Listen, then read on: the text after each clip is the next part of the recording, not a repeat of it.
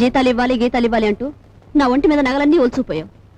ఇంకా ఇమ్మంటే నా ప్రాణాలు తప్ప మరేమి లేవు. అనుకున్న ప్రకారం జీతాలు ఇవ్వకపోతే ప్రాణాలు దక్కవు, పరువు దక్కదు. లక్షల బీరువాలో వచ్చేయాలంటే ఏలు పెట్టాలి మరి. ఇదిగో లేకపోతే మీరు రాజులాగా సైకిల్ పందెం అన్న దొక్కు. 8,000 వస్తాయి. 8,000. 8,000? మా అమ్మ చింతామణి దండ కూడా వేయి.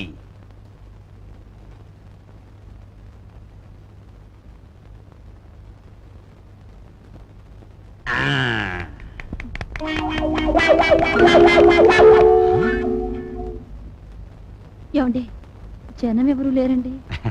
గొప్ప గొప్ప సినిమాలు మెల్లిమెల్లిగా పికప్ అవుతాయి. ముందు జనం రారు, మనకి అంతే. నీకెందుకు, నేను తొక్కుతాగా.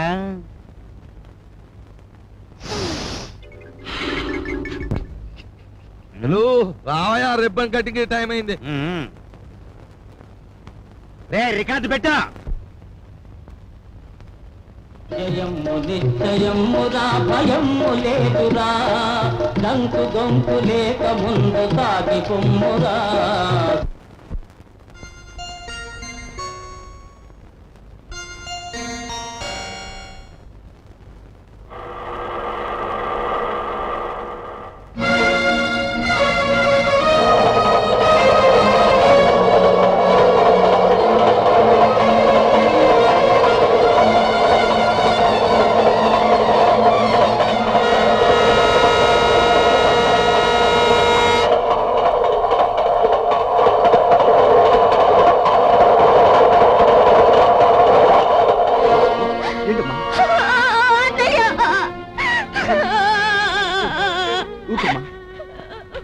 ఏం జరిగింది?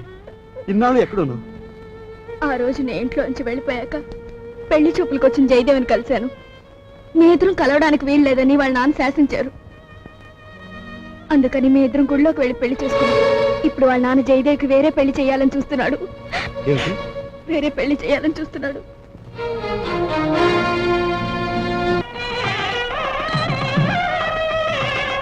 రండి బాబు గారు. పెళ్లి కూతురు తండ్రినే ఉండి పోలీసు డ్రెస్సులో వచ్చినందుకు క్షమించాలి. నా కూతురు పెళ్లి అయినా నేను డ్యూటీ నుంచి రిలాక్స్ కాను. నేరస్తుని పట్టుకోవడంలో నేను ఇప్పుడు ఎవరు రెడీ బ్యాటరీ లాంటి వాడిని దేశానికి తెలియాలి.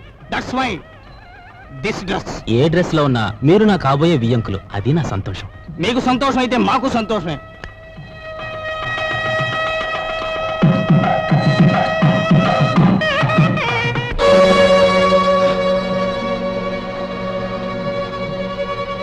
మీ అందరి చేతిలోని విసినకర్రలో ఒకసారి చూపించండి. బావగారు, వీడొక్క దగాకోరు, వీడిని నమ్మొద్దు. ఏవో దొంగ ఫోటోలు వచ్చేసి నన్ను అల్లరి చెయ్యాలని. బాబు, మీలాంటి వాళ్ళందరూ చేరి వాడిని దగాకోరుగాను దగ్గులు బాజీగాను తయారు చేస్తున్నారు. వాడు దగాకోరే, మరి ఇదేదో మోసం బావగారు. మా అబ్బాయి ఇంతవరకు ఎవరిని పెళ్లే చేసుకోలేదు. అసలు ఈ అమ్మాయి ఎవరో మాకు తెలియదు బావగారు. సరస్వతి, మేము దయసాక్షిగా పెళ్లి చేసుకున్నామండి. మా ఇష్టం లేకుండా బలవంతంగా ఈ పెళ్లి జరిపిస్తున్నాడు మా నాన్న. సరదాగా దండలు మార్చుకున్నంత మాత్రాన అది పెళ్ళవుతుందా? సరదాగా దండలు మార్చుకోవడం కాదు, కొంతకాలం కాపురం కూడా చేశారు. కాపురం చేస్తున్న భార్యాభర్తలను విడదీసి వాళ్ళకి మరో పెళ్లి చేయడం నేరం. దానికి ఈ క్షణంలో మిమ్మల్ని అరెస్ట్ చేయగలరు, తెలుసా? అది కదా బావగారు. మీరు పెళ్లి కొడుకు తండ్రిగా ఇక్కడ ఉండాలి అనుకుంటే వీళ్ళిద్దరికీ పెళ్లి జరిపించండి, లేదా మిమ్మల్ని జైలుకి పంపించాల్సి వస్తుంది.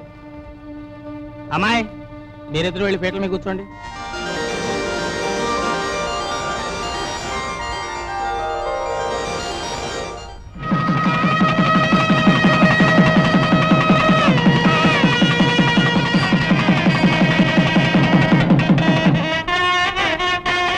ఒరే నాయనా, బాబు ఇదంతా నీ గొప్పతనం రా. మన వంశ గౌరవాన్ని నిలబెట్టావురా బాబు. మీ అభిమానానికి కృతజ్ఞుని. నా డ్యూటీ మాత్రం నేను చేశాను. నువ్వెంత మంచివాడు బాబు.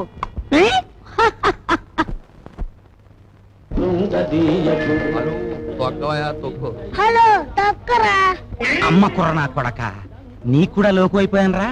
తెల్లారేలోగా నీ నుంచి నీ బాబు నుంచి దొక్కుతాను రా, పేడ వదిలిపోతే. నువ్వు టీ తాగరా.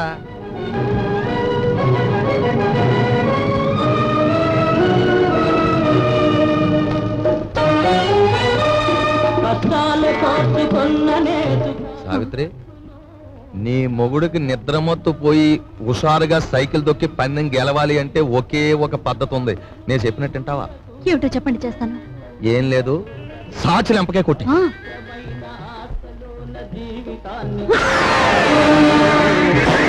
ఏమండి? అయ్యయ్యో.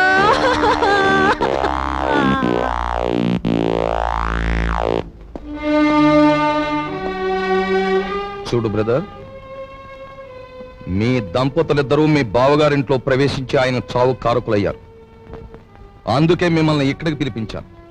ఇక్కడ మా ఇంట్లో మా సంపదను దోచుకోవడానికి మీరెన్ని ప్రయత్నాలు చేశారో సాక్ష్యాధారాలున్నాయి. వాటితో మా అమ్మాయి మిమ్మల్ని పోలీసులకు అప్పగించగలదు. కానీ అలా చేస్తే పోయేది ఆ ఇంటి పరువే గనక అలా చేయదలుచుకోలేదు. ఆ నగలివు. ఇదిగోమ్మా. అదిగో మీ ట్రంక్ పెట్టి. ఆ పెట్టెలో ఈ ఇంటికి సంబంధించిన వస్తువులు ఎన్నున్నాయో మాకు బాగా తెలుసు. ఇక నుంచే నాకు గౌరవంగా బ్రతకడం నేర్చుకోండి. అలాగే సార్, మా దారిని మేము వెళ్ళిపోతాం.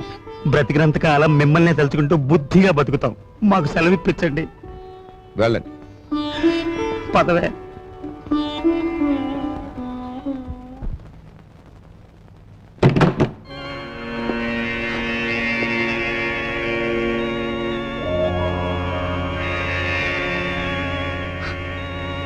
నువ్వా? నేనే.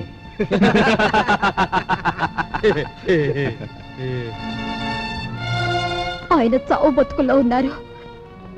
తెలిసిన వాడివి, నాకు సాయం చేయి. దయచేసి వెళ్ళిపో.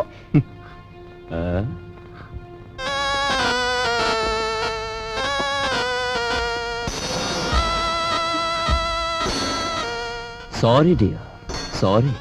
నాది ఎన్నాళ్ళ కోరికో. గురు గురుదక్షిణ.